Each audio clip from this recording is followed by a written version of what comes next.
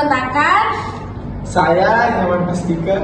Saya adalah Palestari. Saya Elsa Detul Aini. Saya Dewi Sartika Chandra. Saya Baidul Istiqomah. Kami dari kelompok 4 akan menampilkan video pembelajaran dengan model pembelajaran inquiry dengan tema indahnya keberagaman. Selamat menonton.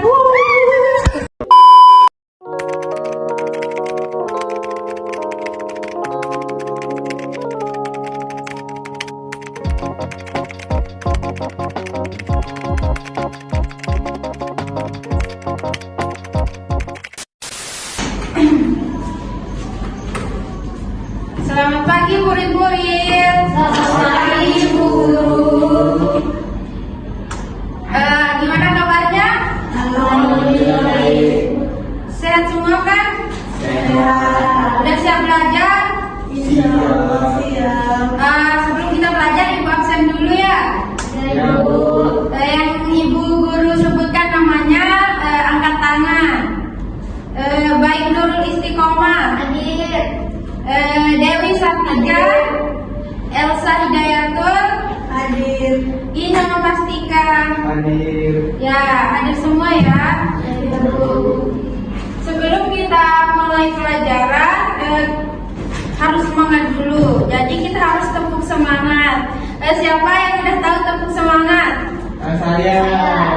Udah tahu semua ini? Tahu. Oh ya sudah, kalau gitu kita mulai saja ya. Tepuk semangat.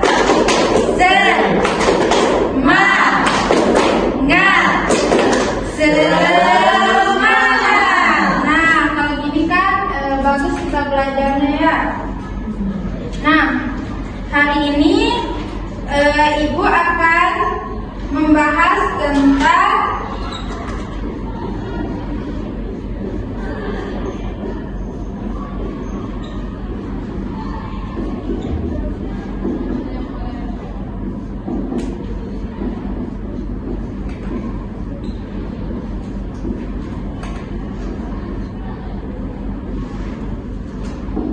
Ibu akan membahas tentang indahnya keberagaman. Nah, anak-anak, ada yang tahu apa saja keberagaman yang ada di Indonesia? Belum tahu? Nggak tahu, Bu. Nah, di Indonesia itu ada banyak sekali keberagaman. Ada keberagaman agama, ras, suku, budaya, dan lain-lain. Nah, apakah ada yang tahu ada berapa agama yang ada di Indonesia? Yang tahu angkat tangan. Elsa apa? Hindu. Dewi? Buddha. Yang lain? Nyoman? Islam, Kristen. Islam, Kristen? Apalagi Konghucu. Konghucu? Itu aja, Bu.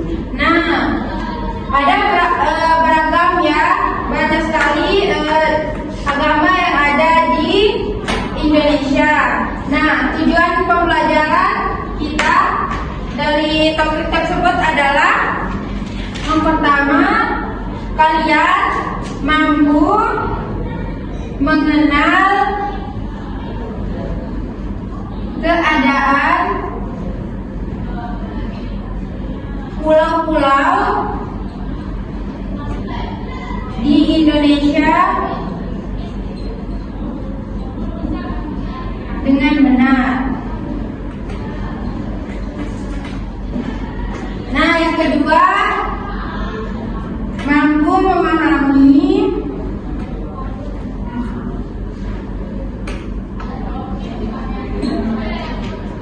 hubungan antar banyaknya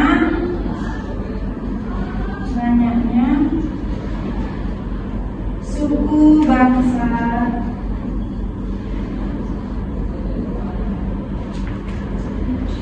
dengan kondisi wilayah Indonesia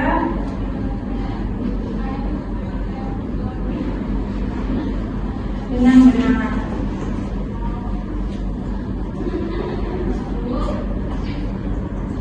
ketiga, mampu menuliskan informasi baru yang terdapat dalam teks dengan cepat.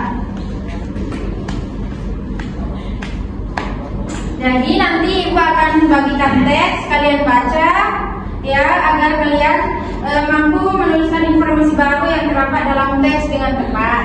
Baik Bu. Yang terakhir, mampu mengenal suku, bangsa Indonesia dengan benar. Nah, ini dia tujuan kita mempelajari tentang indahnya keberagaman. Ini dia tujuan pembelajaran. Bisa dimengerti nih? Bisa Bu. Nah, selanjutnya Ibu akan kasih lembaran. Kalian baca. Ibu kasih waktu 5 menit. Kalian baca tentang faktor penyebab keberagaman. Nanti Ibu tanya setelah kalian baca.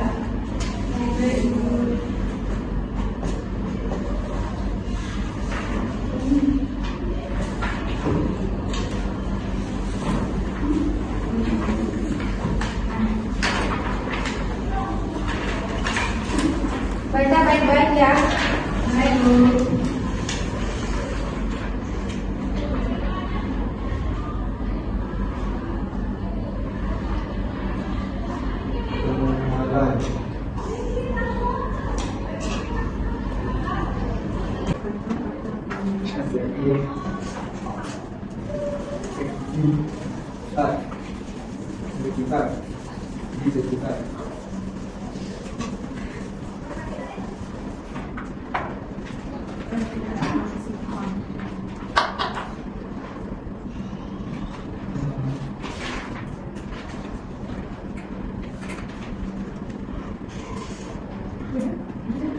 Guru sudah. Sudah Ibu. Nah, sekarang Ibu Guru punya pertanyaan. Itu pertanyaannya,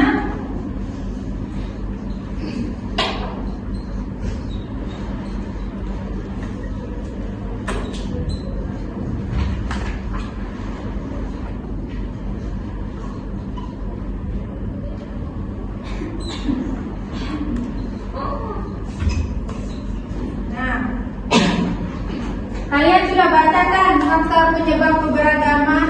Sudah Bu. Sudah Bu. Nah sekarang Ibu tanya, ada berapa faktor penyebab keberagaman yang kalian baca tadi? 5 ya? Ya.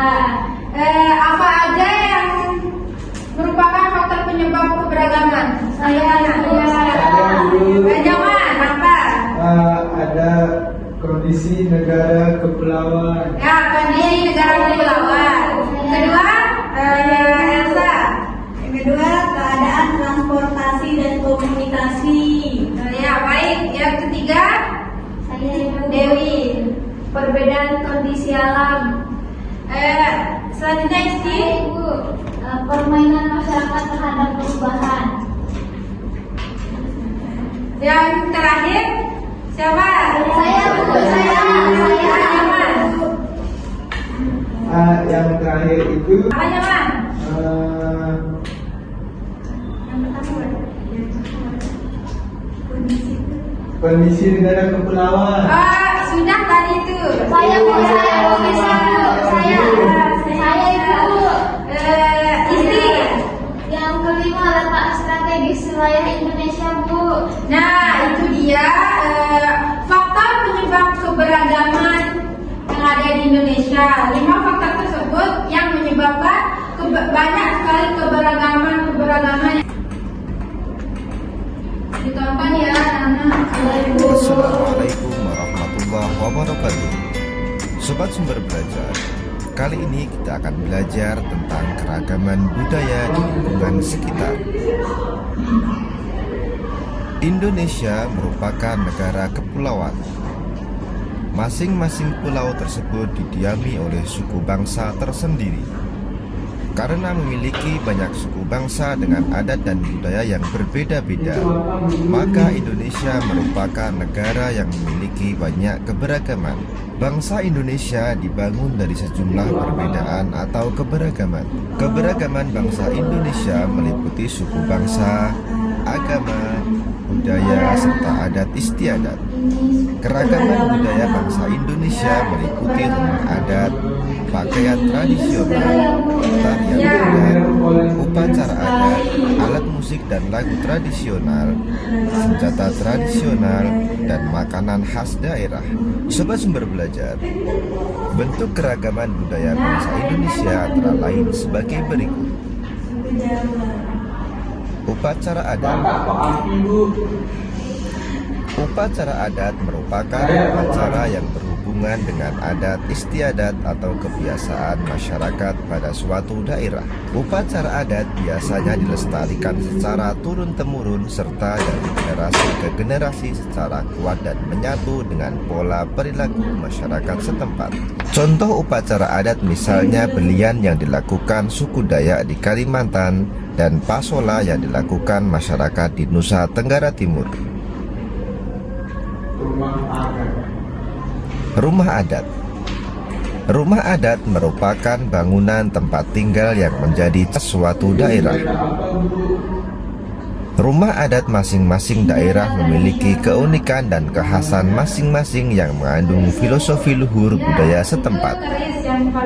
Contoh rumah adat antara lain Rumah Gadang di Sumatera Barat, Tongkonan di Sulawesi Selatan, serta Hunai di Papua.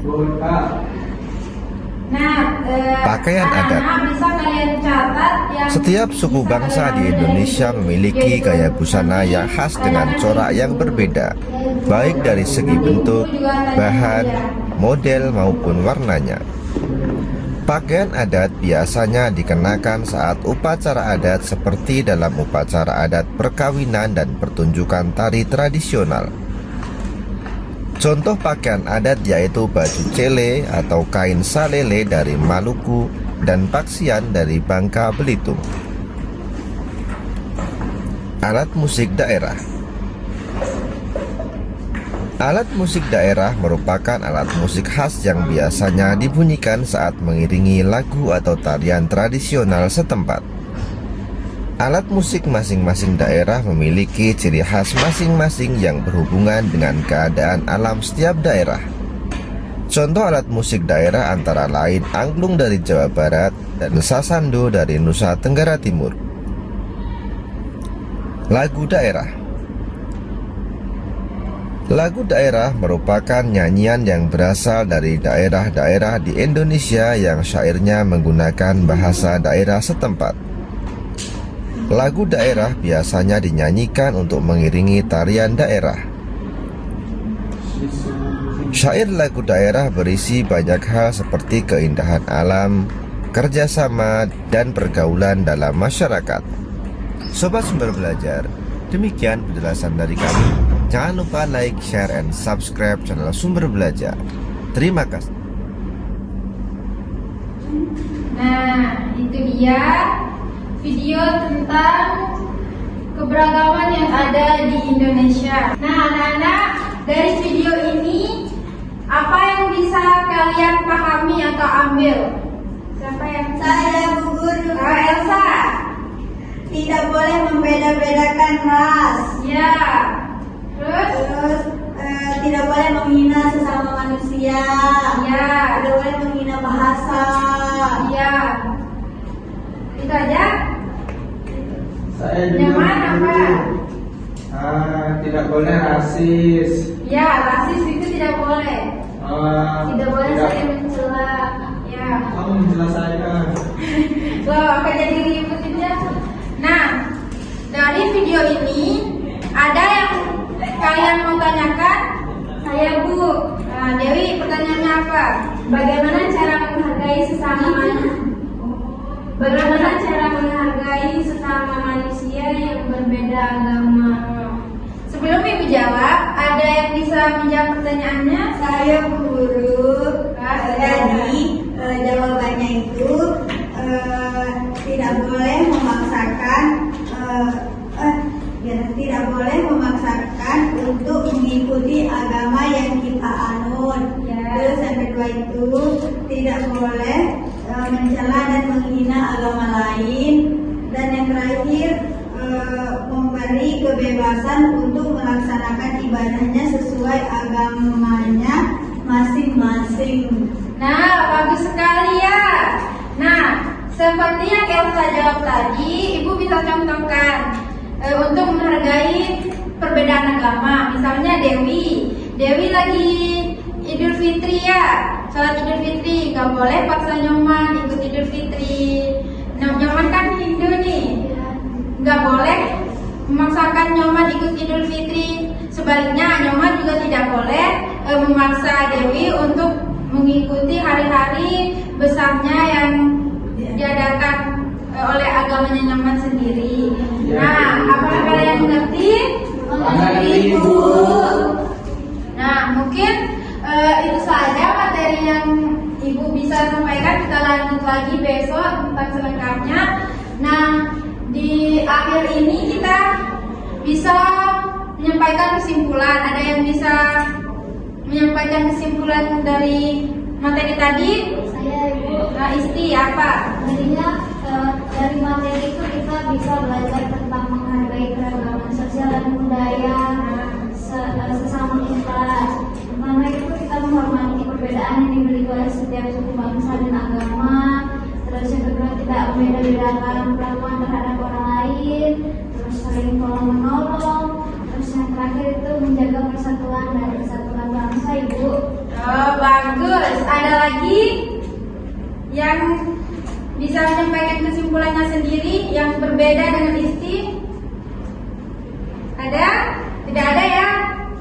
Jadi Ibu tambahkan, meskipun banyak perbedaan di antara kita semua ini, kita harus bisa menjaga kerukunan karena negara Indonesia itu merupakan satu kesatuan. Jadi kita harus menjaga kesatuan itu agar tidak mudah terpecah belah. Yang mengerti tentang materi yang kita diskusikan semua dari awal sampai akhir tadi?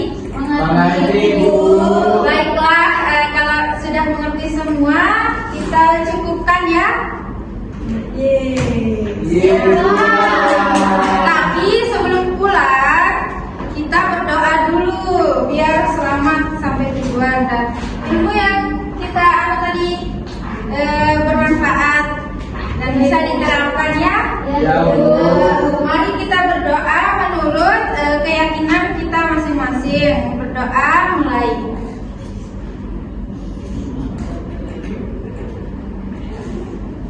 Doa selesai. Nah, terima kasih anak-anak. Sekarang boleh pulang. Yeay. Terima kasih, Bu. Ya, bisa.